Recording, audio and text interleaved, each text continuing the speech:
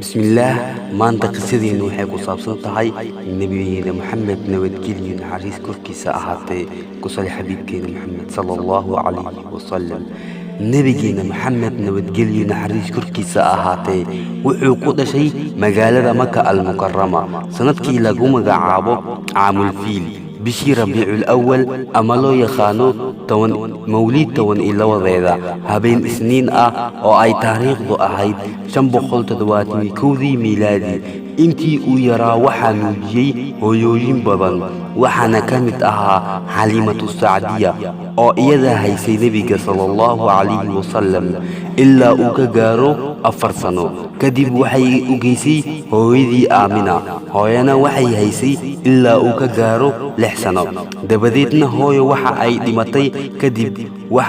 kadibna waxaa ka faalo qaaday awowgii cabdulmutalib awowna waa uu dhintay isagoo nebiga sallallahu calayhi wasallam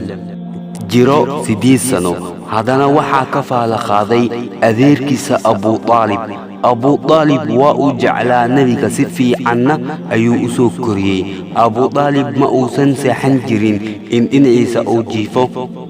نبي صلى الله عليه وسلم ماهي هدي وميل آذينا وودنجري نبي صلى الله عليه وسلم نبي كأذير كيس أبو طالب وحو لجوغي إلا أونين كنخضو بس نسيب ضرو وحو كود انتي قال نمو ونديدي إنو إسلامو